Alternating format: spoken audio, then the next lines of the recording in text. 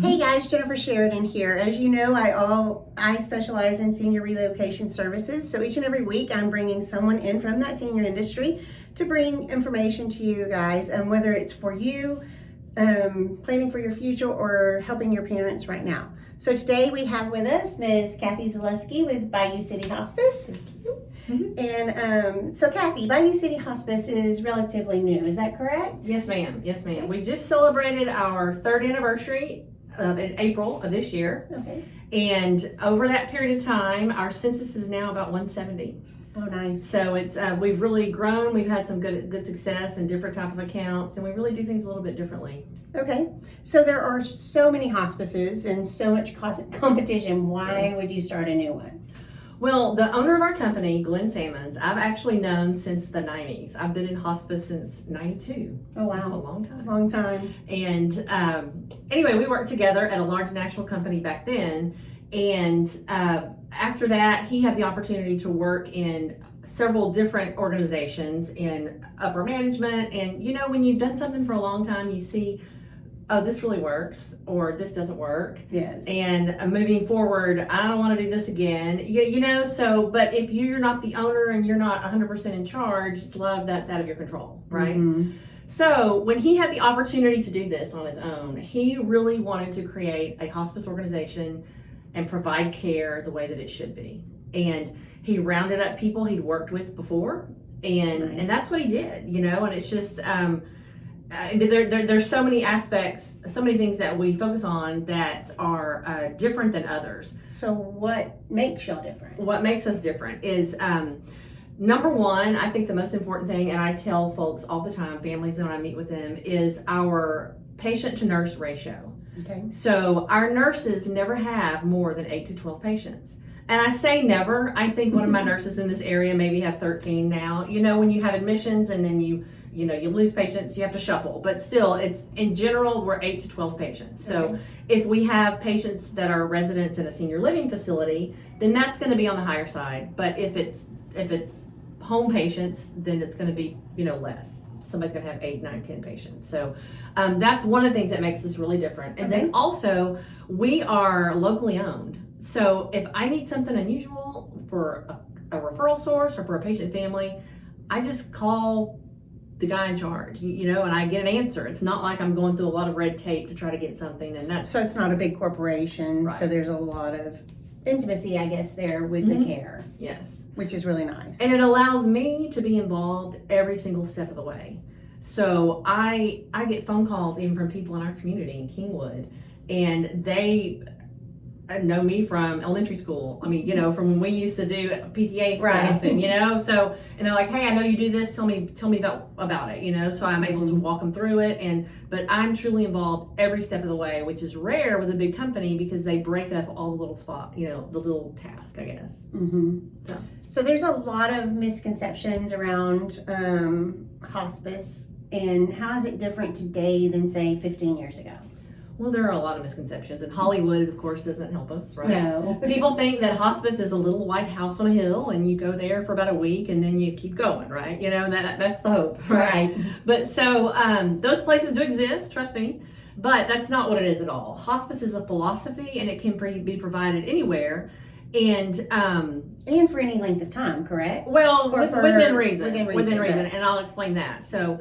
But people hear the word hospice. Mm-hmm. If you're if your mom's in the hospital and you hear the doctor come in, I recommend hospice. Well, you think, oh my gosh, well, mom's not going anywhere today or this week, or what's going on? Right. So, and that's exactly true. What's different is that the education around hospice is different than it was 15 or 20 years ago. So I did this back in the 90s, right? Mm-hmm. I was in the Texas Medical Center, and I was at MD Anderson, and we would get referrals, and people would come literally across the street to our inpatient unit, and people would go home, but it was recommended at the last minute. It really was. And people don't go to the Texas Medical Center to be referred to hospice. They want to be cured. Of course they do, and I would too, But someone may qualify for hospice so much earlier than they back then were recommended. Gotcha. We've had people that have been with us, a year and a half, 2 years. I mean, it's just that long. Yes. So as long as the patient is declining, then they still meet criteria. Okay. And there's checkpoints in place to where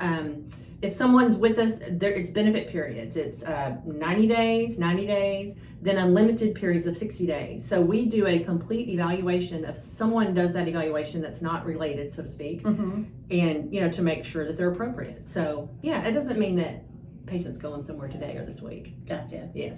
Yeah, and I think that's the biggest misconception is like you said, they go to the big White House on the hill. They're there maybe a week and then they go on. Hopefully that direction. Right, to eternity.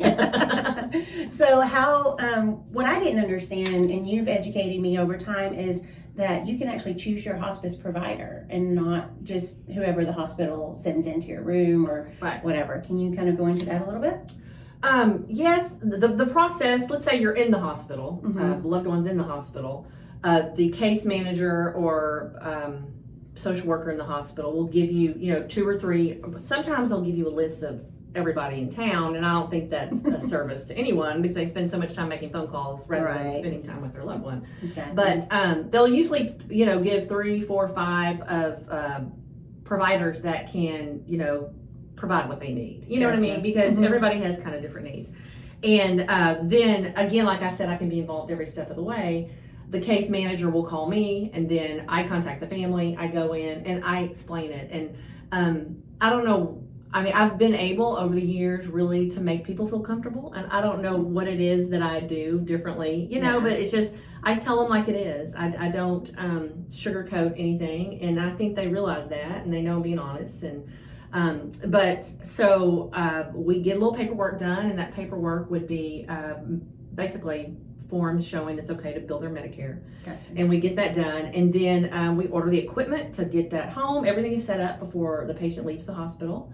They get there, and then the admissions nurse comes in, does a complete assessment, and they put together a plan of care.